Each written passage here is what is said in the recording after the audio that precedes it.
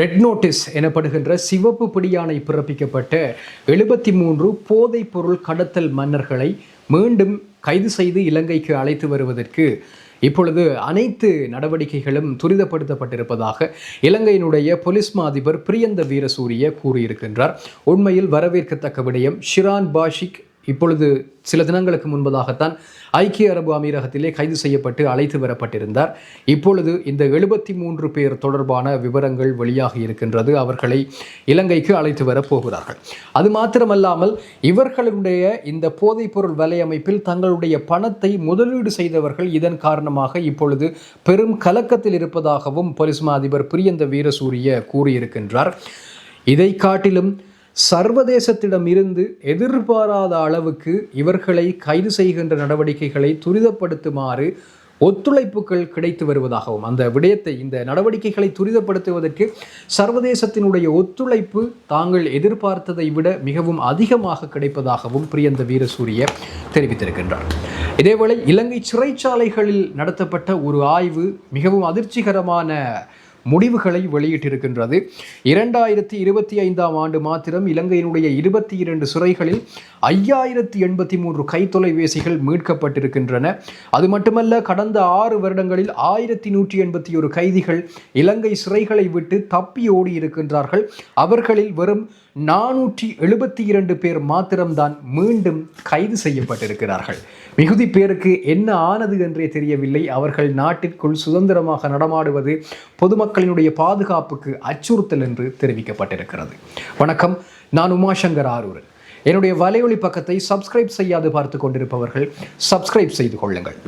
73 பாதாள உலக உறுப்பினர்கள், ரெட் நோட்டீஸ் எனப்படுகின்ற பிடியாணை பிறப்பிக்கப்பட்டவர்கள், இவர்களை கைது செய்வதற்கு இப்பொழுது சர்வதேசத்தினுடைய ஒத்துழைப்பு கிடைத்திருப்பதாக பொலிஸ் மா அதிபர் பிரியந்த வீரசூரிய கூறியிருக்கின்றார். ஆகவே அவர்களை விரைவில் கைது செய்து நாட்டிற்குள் கொண்டு வருவோம் என்று அவர் நம்பிக்கை வெளியிட்டிருக்கின்றார். இந்த 73 பேருக்கு மேலதிகமாக அடுத்த கட்ட அதிரடி நடவடிக்கை மேலும் 100 பேர் தொடர்பாக இப்பொழுது இன்வெஸ்டிகேஷன்ஸ், அதாவது சிறப்பு புலனாய்வு நடவடிக்கைகள் முடுக்கிவிடப்பட்டிருக்கின்றன. அவர்கள் பற்றிய தகவல்கள் அனைத்தும் சேர்த்து முடிந்ததன் பின்னர் அவர்கள் மீதான நடவடிக்கைகளும் பாய்வதற்கு காத்திருப்பதாக அவர் தெரிவித்திருக்கின்றார். கண்டியிலே ஒரு ஊடக சந்திப்பு இடம்பெற்றது நேற்றைய தினம் சனிக்கிழமை. இந்த சந்திப்பின் போதுதான் பொலிஸ் மா அதிபர் பிரியந்த வீரசூரிய இந்த தகவல்களை தெரிவித்திருக்கின்றார். அது மாத்திரமல்லாமல் போதைப்பொருள் கடத்தல் வலையமைப்புகள் இந்த வெளிநாடுகளிலே இருந்து கொண்டு இலங்கையிலும் அதுபோல பல தெற்காசிய நாடுகளிலும் இந்த போதைப்பொருள் வர்த்தக வலையமைப்பை இயக்கி கொண்டிருப்பவர்கள், அவர்கள் மீது சிலர் தாங்கள் சம்பாதித்த பணங்களை முதலீடு செய்து வைத்திருக்கிறார்கள். இந்த போதைப்பொருள் வர்த்தகத்திலே முதலீடு செய்து வைத்திருக்கிறார்கள். அவர்கள் அனைவரும் இந்த நடவடிக்கைகள் காரணமாக இப்பொழுது கலக்கத்தில் இருப்பதாகவும் ஐஜிபி பிரியந்த வீரசூரிய அவர்கள் கூறியிருக்கின்றார். அது மாத்திரமல்லாமல் அவரை நோக்கி சில கேள்விகள் கேட்கப்பட்டன. குறிப்பாக, நீங்கள் பயப்படுகிறீர்களா? உங்களை யாராவது அச்சுறுத்துகிறார்களா? அரசியல்வாதிகள் சிலர் உங்களை நோக்கி தெரிவித்த கருத்துக்கள் தொடர்பாக என்ன கூறுகிறீர்கள் என்றெல்லாம் கேள்விகளை எழுப்பியிருந்தார்கள். இதற்கு பதிலளித்த பொலிஸ் மா அதிபர் பிரியந்த வீரசூரிய, நான் யாருக்கும் பயப்படவில்லை, எந்த சவாலையும் எதிர்கொள்வதற்கு நான் துணிவாக இருக்கிறேன் என்று தெரிவித்திருக்கின்றார். அது மாத்திரமல்லாமல் தான் சமூகத்திற்கு எந்த அநியாயங்களையும் இழைக்கவில்லை, ஆகையால் இலங்கையில் எந்த ஒரு பாகத்திற்கும் சிறப்பு பாதுகாப்பின்றி என்னால் தனியாக சென்று வர முடியும் என்று அவர் கூறியிருக்கின்றார். ஆனால் சில அரசியல்வாதிகளால் இப்பொழுது பொதுமக்களிடம் நேரடியாக செல்வதற்கு முடியாமல் இருக்கிறது. அவர்கள் அந்த அளவுக்கு சமூகத்திற்கு அநீதி இழைத்திருக்கிறார்கள் என்ற துணிப்படவும் பொலிஸ் மா அதிபர் பிரியந்த வீரசூரிய கருத்து தெரிவித்திருக்கின்றார்.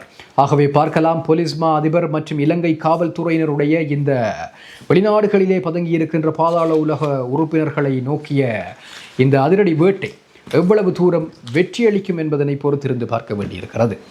அது மட்டுமல்லாமல் இப்பொழுது சிறைச்சாலைகளுக்குள் என்ன நடக்கிறது என்று மூக்கின் மேலே கையை வைத்து வியக்கின்ற அளவுக்கு சில ஆய்வு முடிவுகள் வெளியாக இருக்கின்றன. தேசிய கணக்காய்வு அலுவலகம் வெளியிட்டிருக்கக்கூடிய அறிக்கை ஒன்று மிக பயங்கரமான தரவுகளை காட்டுகிறது. இந்த சிறைச்சாலைகள் குறித்து இன்னமும் 709 கைதிகள் நாட்டிற்குள்ளே சுதந்திரமாக உலவுவதாக இந்த அறிக்கை அதிர்ச்சிகரமான செய்தி ஒன்றை வெளியிட்டிருக்கிறது. கடந்த 6 வருடங்களில் மாத்திரம் 1181 கைதிகள் இலங்கையினுடைய சிறைகளிலே இருந்து தப்பியோடி இருக்கிறார்கள். இவர்களில் 472 பேர் மாத்திரமே மீளவும் கைது செய்யப்பட்டிருக்கிறார்கள். மிகுதி 709 பேர் இன்னமும் நாட்டிற்குள் தான் சுதந்திரமாக நடமாடிக்கொண்டிருக்கிறார்கள். இவர்கள் கைது செய்யப்படுவது தொடர்பாக எந்த விதமான தகவல்களும் இல்லை. அவர்களை கைது செய்வதற்கு நடவடிக்கைகள் எடுக்கப்படுகிறதா என்பது தொடர்பாகவும் எதுவித தகவல்களும் இல்லை என்று தேசிய கணக்காய்வு அலுவலகம் குறிப்பிட்டிருக்கின்றது.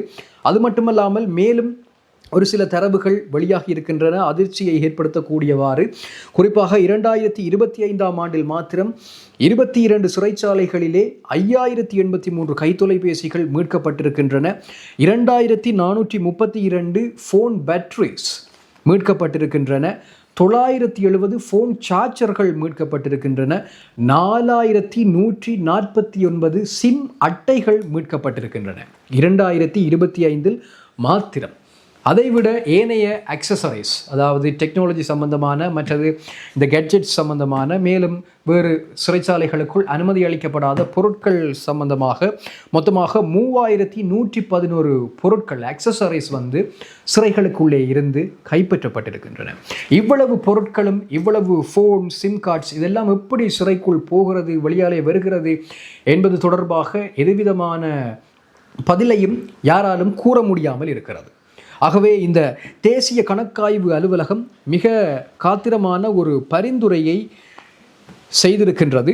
அதிகரிக்கின்ற கைதிகளினுடைய எண்ணிக்கை சிறைக்குள் சட்டவிரோத செயல்பாடுகளுக்கு வழிகோலுகிறது என்று அது குறிப்பிட்டிருக்கின்றது. ஆகவே பாதாள உலக நடவடிக்கைகளை சிறைக்குள் இருந்து கொண்டு மேற்கொள்வதற்கும் இதுதான் காரணமாக அமைகிறது என்றும் இந்த தேசிய கணக்காய்வு அலுவலகம் தெரிவித்திருக்கிறது. அதைவிட 2025ஆம் ஆண்டு வெலிக்கடை சிறைச்சாலையிலே 825 கைதிகளை பெண்கள் இருக்கின்ற விடுதியிலே தங்க வைத்திருக்கிறார்கள் இடப்பற்றாக்குறை காரணமாக.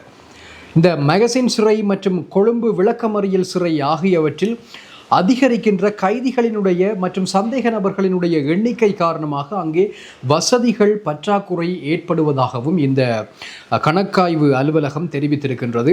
அத்தோடு சிறை அதிகாரிகளுக்கும் இந்த கைதிகளுக்கும் இடையில் இதன் காரணமாக தேவையில்லாமல் இருதரப்புக்குமே பிரச்சனைகள், குழப்பங்கள் எழுவதாகவும் அது இருதரப்புக்கும் சிரமங்களை ஏற்படுத்துவதாகவும் தெரிவித்திருக்கிறார்கள். மகர சிறையிலும் வத்தேரக திறந்தவெளி சிறையிலும் உட்கட்டமைப்பு வசதிகளை மேம்படுத்துவதன் மூலமாக வெலிக்கட பெண்கள் விடுதியிலிருந்து கைதிகளை வத்தேரக திறந்தவெளி சிறைச்சாலைக்கு மாற்றுவதன் மூலமாகவும் சிறைகளிலே ஏற்பட்டிருக்கக்கூடிய இந்த நெருக்கடிகளை தவிர்த்து கொள்ளலாம் என்றும் இந்த தேசிய கணக்காய்வு அலுவலகம் தன்னுடைய பரிந்துரையை இப்பொழுது தெரிவித்திருக்கின்றது. பிரியந்த வீரசூரிய பொலிஸ் மா அதிபர் கூறியிருக்கின்ற விடயம் 73 சிவப்பு பிடியாணை பிறப்பிக்கப்பட்ட இந்த பெரும் போதைப்பொருள் வலையமைப்பு மன்னர்கள் இவர்களை எப்படி இலங்கைக்குள் கொண்டு வரப்போகிறார்கள் என்பதனை பொறுத்திருந்து பார்ப்போம். அதைவிட இந்த நாட்டிற்குள் இப்பொழுது சுதந்திரமாக நடமாடிக்கொண்டிருக்கின்ற சிறைகளில் இருந்து தப்பியோடிய 709 கைதிகள் இவர்களை எப்பொழுது திருப்ப பிடிக்கப் போகின்றார்கள்?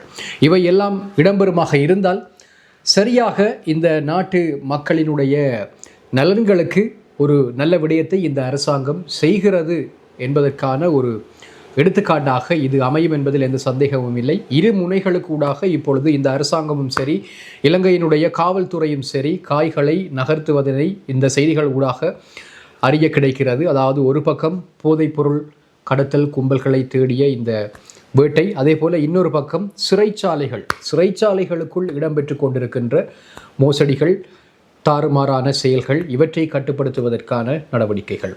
இவற்றில் வெற்றி பெறுமாக இருந்தால் உண்மையில் இலங்கை மக்கள் பேறு பெற்றவர்களாக இருப்பார்கள். இது தொடர்பான உங்களுடைய கருத்துக்களை தெரிவியுங்கள். மற்றும் ஒரு காணொளியில் சந்திக்கலாம்.